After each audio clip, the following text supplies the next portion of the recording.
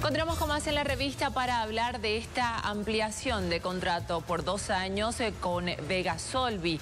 ¿Qué pasa con los contratos en el municipio? ¿A quién se ha consultado? ¿Quién lo aprobó? Son las preguntas que se está haciendo la ciudadanía. Y nos acompaña para entender un poco más de las leyes municipales el señor José Luis Santisteban, que es abogado municipalista y experto en administración pública. Muy buenos días, bienvenido a la revista. Gracias por la invitación. ¿Cómo está funcionando esta hermenéutica dentro del Consejo Municipal, dentro del Ejecutivo? Hay dos temas de fondo en esto. El primero es la vigencia y cumplimiento y ejecución del contrato por 5 años mediante licitación pública. Y el otro tema es el funcionamiento del vertedero.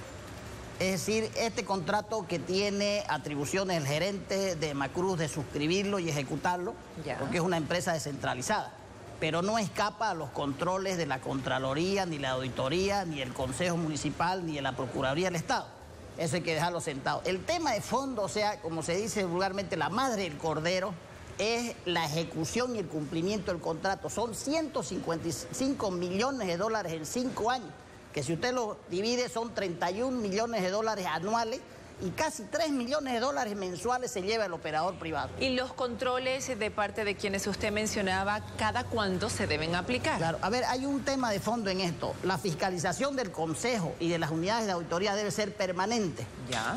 El contrato tiene 14 servicios. Divididos los 14 servicios hacen los 155 millones de dólares y se paga por servicio. Lo que llama la atención poderosamente es la forma de cómo se ha venido manejando el cumplimiento del contrato. Es decir, 14 servicios que deberían cumplirse desde el primer día de suscripción del contrato, el año 2013, en junio del 2013. A partir de ahí uno mira y varios de esos servicios no existen ni se han aplicado y se están aplicando otros el último año. Por ejemplo, no hay 8 ecopuntos en la ciudad, donde usted lleva productos ya diferenciados para el reciclaje. No hay, por ejemplo, las bolsas de yute en días diferenciados de las recolecciones ordinarias para hacer el reciclaje. Y así una serie de servicios, y no se sabe si esos servicios se han pagado o no, porque hay un monto global, es decir, los 14 servicios son un monto global. Entonces, a partir de ahí, lo que se tiene es una falta de transparencia terrible en la ejecución de este contrato. Entonces, a partir de ahí, el Consejo siempre debió intervenir, no solamente anualmente, sino en forma permanente, porque ya todo el mundo conoce, la ciudadanía conoce que hay un servicio deficiente. Si se lo ha mirado en mercado. Por ejemplo, hay dos servicios que llaman la atención. Uno que es el barrido y lavado de vías pavimentadas y otro no pavimentadas, porque el contrato es en todas las jurisdicciones de Santa Cruz, no solo en el área urbana. Entonces estamos ante un contrato millonario, sin fiscalización y sin cumplimiento. Le voy a dar otro dato. Se han dictado más de 60 adendas. Y en 60 meses de vigencia quiere decir que todos los meses se ha alterado y se ha modificado el contrato. Eso es terriblemente dañino para la ley. ¿Y esas adendas son promovidas solamente por el Ejecutivo o pasan por el Legislativo? Lo que pasa es que usted dicta adenda para dos cosas, o para modificar o para aclarar, o para alterar un documento principal. Más de 60 adendas, es decir, todos los meses, en 60 meses se ha dictado una adenda.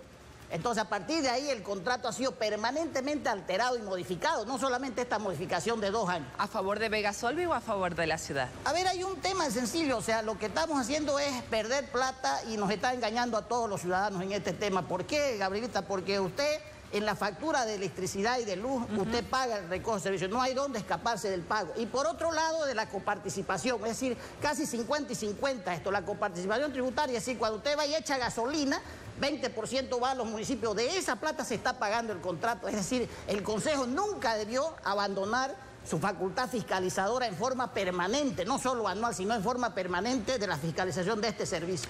Entonces, ¿usted ve una negligencia en el trabajo de los concejales? Porque no es obligatorio que pasen los contratos por ahí, pero deben ellos tener el conocimiento y deben fiscalizar. A ver, más allá de eso, Gabrielita, lo que yo pienso del Consejo es que ha sido cooptado por el poder prebendalista del alcalde y la presidenta del Consejo. ¿Por qué digo esto? Porque todos los concejales quieren reclamar, pero terminan votando y aprobando.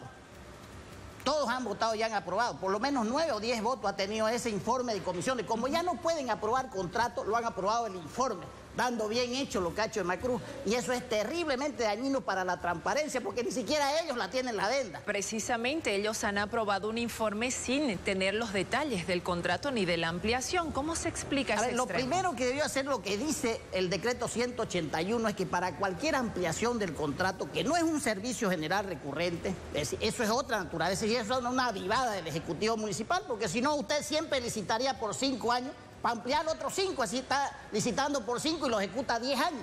Es un absurdo. El otro tema, pero es un tema bien técnico, el otro tema es que el Consejo Municipal ha perdido toda capacidad fiscalizadora, porque se ha venido manejando, por lo menos en estos últimos 3 años de gestión, es decir, el carácter prebendalista de poder, donde incluso a muchos de los concejales se le ha prohibido fiscalizar. El otro día yo leí una nota de prensa terrible de la presidenta del Consejo que decía: todos pueden fiscalizar, siempre y cuando hagan caso al bien común. ¿Y quién lo define el bien común? Ella, por el amor de Dios. O sea, estamos ante un consejo municipal, ¿no es cierto?, pasible y cooptado por el poder político y económico. Son 155 millones de dólares, 3 millones de dólares mensual que se maneja ese contrato, y no se tienen ni siquiera las 60 adendas.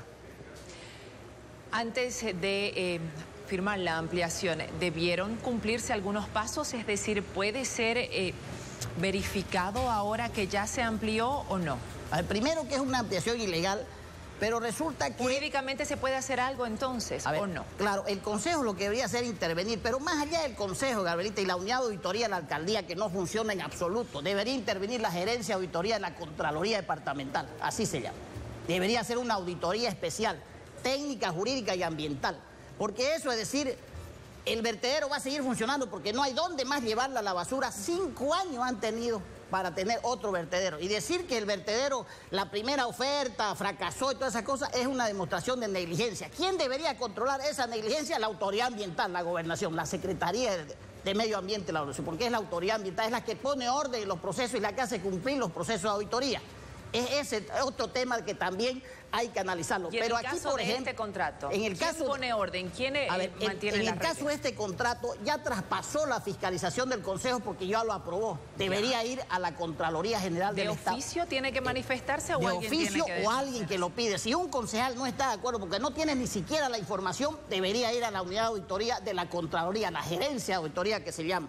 Entonces, es necesario para preservar los recursos y ver el grado de responsabilidad y cómo se está administrando, porque son 2 años más, es decir, está hablando de casi 60 millones de dólares más que va a seguir gastando los vecinos de la ciudad. Entonces, si no se hace una intervención para ver el grado de cumplimiento, que aparentemente Macruz lo ha hecho, por eso lo ha ampliado, es lo que se informa, no es lo que se muestra en documentación, entonces va a seguir siendo un contrato millonario donde algunos se están beneficiando y obviamente se están enriqueciendo.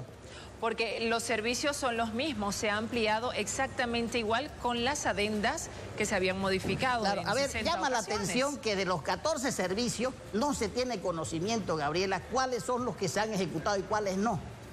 Entonces, a partir de ahí, el cumplimiento de los 14 servicios hace el pago total. Entonces, no pueden estar cruzando de servicio a servicio para hacer los 155. Los 14 debieron pagarse cada uno en forma diferenciada y hacer un monto global. Entonces, a partir de ahí, no se sabe cuáles servicios han sido modificados por adenda, cuáles han cumplido y cuáles no. ¿Esa información quién la tiene? Esa información la debería tener Macruz y la deberíamos tener todos los medios y todos los ciudadanos. ¿A quién se la pedimos? Es decir, el responsable del manejo de Cruz primero fue Angélica Sosa, que era presidenta del directorio, y durante su gestión de ella se hizo la licitación y se hizo la adjudicación.